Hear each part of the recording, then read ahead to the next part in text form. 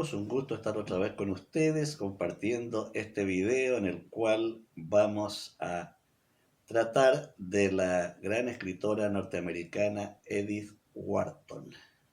Nació ella en Nueva York en 1862 y murió en Francia en 1937. Fue hija de una acomodada familia de Nueva York. También fue la primera mujer en doctorarse en letras en la Universidad de Yale y también admitida en la Academia de Artes y Letras de los Estados Unidos. También fue condecorada por el gobierno francés por los servicios que ella prestó a ese país durante la Primera Guerra Mundial. Edith Wharton escribió novela, cuento, ensayos y artículos. Fue una de las grandes escritoras norteamericanas del siglo XX. Tuvo como probable maestro a otro norteamericano conocido como Henry James y conoció también a Francis Scott Fitzgerald, Ernest Hemingway y Jean Cocteau, entre otras figuras de la época. Edith Wharton escribió numerosas novelas, producía más o menos un libro por año y también muchos cuentos agrupados en diversos volúmenes. Entre sus novelas pueden mencionarse Las Hermanas, La Solterona, Ethan Frome, La Edad de la Inocencia y una novela corta, Madame de Treymes, entre otras. Su novela más famosa, más conocida, es La Edad de la Inocencia. Sus cuentos aparecen agrupados en diversos libros, como por ejemplo El Triunfo de la Noche y otros cuentos de fantasmas, La Doncella de la Campanilla y otros cuentos, y otro volumen también de relatos.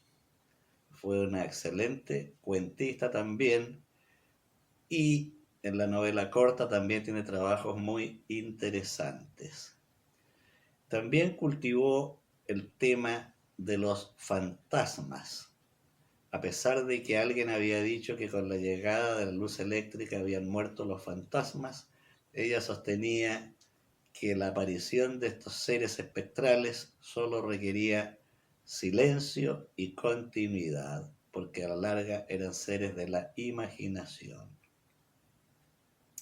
Voy a detenerme en dos relatos de esta gran autora que son muy llamativos por la excelencia del relato y al mismo tiempo la relativa brevedad.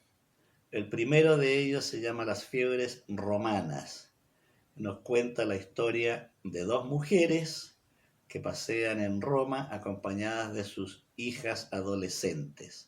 Cada una de estas dos mujeres tiene una hija. Están sentadas en una terraza del hotel que mira hacia un bellísimo paisaje y conversan, sentadas en sus respectivas sillas. Una de ellas está tejiendo. A ratos sienten las voces y risas de sus hijas que bajan por una escalera, y a medida que van conversando de sus hijas se van remontando a su propia juventud. Y el lector descubre que en algún momento, cuando eran muy jóvenes, estuvieron ambas enamoradas del mismo hombre. Edith Wharton nos va entregando la historia gradualmente, poco a poco, manejando con maestría el suspenso y la curiosidad del lector. Al final nos encontramos con un desenlace sorpresivo que le da vigor al relato. Repito el nombre, Las Fiebres Romanas, una excelente obra del género cuentístico. El otro que quiero mencionar da título a uno de sus libros de cuentos, La Campanilla de la Doncella y otros cuentos. Y este cuento se sitúa en la primera parte del índice, por lo tanto es el cuento que abre el libro. nos relata la historia de una joven doncella que por haber estado enferma sale del hospital con la salud muy debilitada, lo que impide que pueda encontrar trabajo en alguna casa porque las damas del pueblo no quieren contratarla por su enfermedad, por verse tan débil. Pero un día caminando por la calle se encuentra con una señora que la conoce, la detiene, conversan. Ella le cuenta que está en un apuro buscando trabajo y ella le indica que tiene el trabajo preciso para ella, porque es en la casa de una sobrina de esta dama, de esta señora, una casa que se encuentra en el campo. Le dice que su sobrina es una mujer joven, muy enfermiza y nerviosa, y que está segura que ella, esta muchacha, la doncella, la va a cuidar mucho y le indica que su sobrina es una persona muy buena, muy amable con la servidumbre. Y la convence finalmente de que es el trabajo adecuado para ella.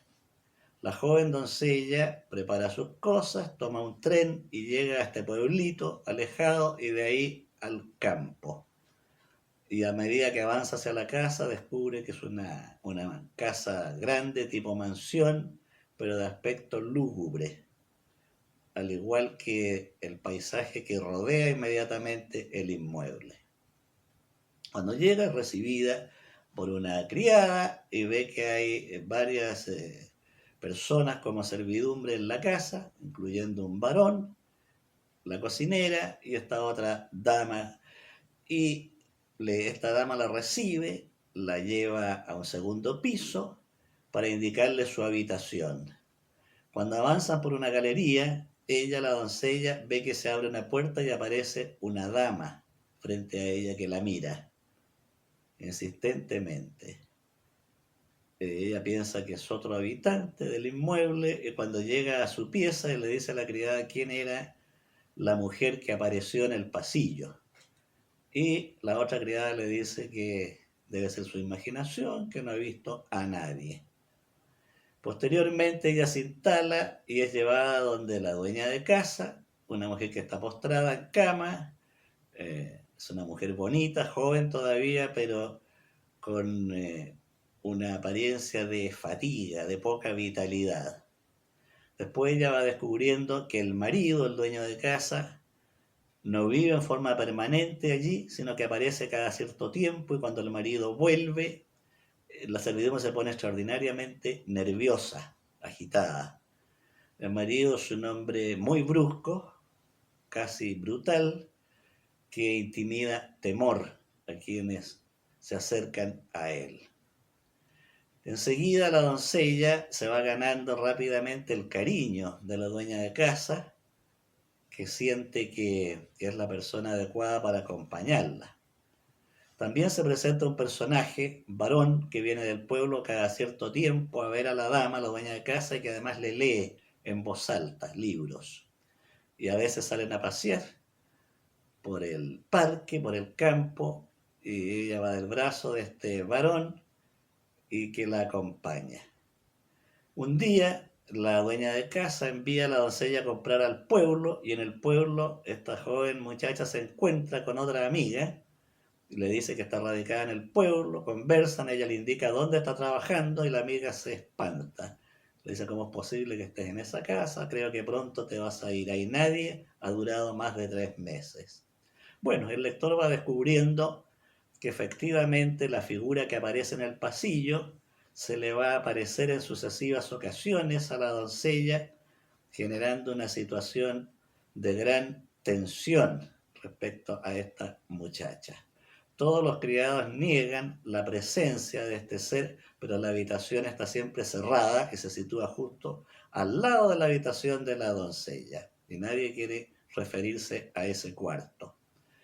El relato tiene un final abierto, en conjunto es un relato que aunque tiene un aspecto de misterio, misterioso, es al mismo tiempo muy bello, muy poético, aunque parezca contradictorio con el tema, por las descripciones y, entre comillas, la suavidad con que se va entregando el relato y desenvolviendo el argumento.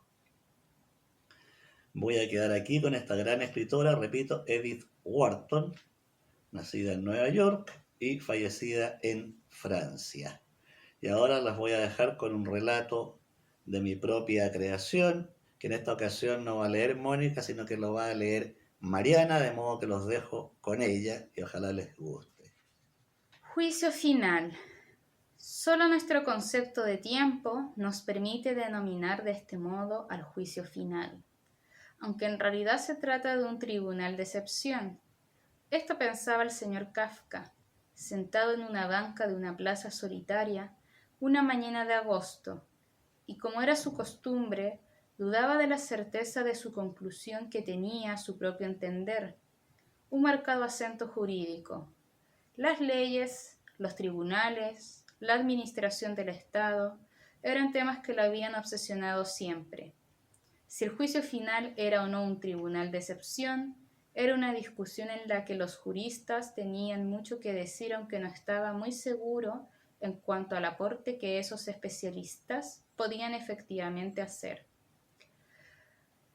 Porque, se decía siguiendo con sus divagaciones, el carácter de final de aquel juicio dependía, tal como lo había planteado, de nuestra concepción del tiempo.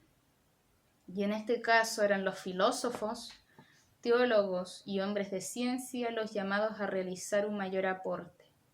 El cielo se había nublado y una llovizna empezó a caer, pero el señor Kafka parecía no darse cuenta de eso. Continuaba sumido en sus reflexiones. Se preguntaba si era necesario mantener a los teólogos entre quienes debían opinar en el asunto que lo preocupaba. Después de algunas ideas generales y otras particulares, se incorporó para dirigir sus pasos a la casa de su amigo Gregorio Samsa, cuyo parecer podría ayudarlo a despejar las nieblas que le impedían ver con mayor claridad los distintos aspectos del problema. Cuando llegó a la puerta de su amigo, tocó 2 veces con la aldaba de bronce y aguardó. Una ventana del segundo piso se abrió y una mujer flaca y pálida le habló. Era la hermana de Gregorio Samsa. Esta madrugada se convirtió en una cucaracha, de modo que no puede recibir a nadie, dijo la mujer, y cerró la ventana sin esperar su reacción. La insólita revelación no le pareció extraordinaria. Sin conocer la causa, desde hacía unos cuantos días esperaba algo así. El pobre Gregorio era tan singular. Se acomodó el sombrero y caminó hacia la Academia de Ciencias. Allí prestarían atención a sus reflexiones. Había dejado de llover, pero hacía frío. De pronto se detuvo. Había cambiado su decisión. En la academia no lo escucharían, y hasta puede que se limitaran a mirarlo con irónico asombro. Dobló la esquina y caminó a su casa, que no estaba lejos de allí. Estando ya bajo techo, se quitó el sombrero, el abrigo y los zapatos, calzó unas pantuflas y se acomodó en el viejo sillón situado junto a la ventana. Se quedó dormido oyendo la lluvia que había empezado a caer otra vez. Y soñó con la sala de un tribunal. Detrás de un alto mesón de roble, bien lustrado, estaba un anciano de rostro severo, nariz aguileña y larga barba blanca que lo miraba con ojos acusadores. Él, Franz Kafka, se sentía muy pequeño frente al solemne anciano que lo contemplaba desde la altura del enorme escritorio. Aquel hombre, que tenía algo de celestial y demoníaco, no era un juez común, ni pertenecía al género de los mortales. Cuando la sala comenzó a llenarse de ángeles y demonios, lo comprendió todo. Sus dudas sobre el juicio final se disiparon de golpe.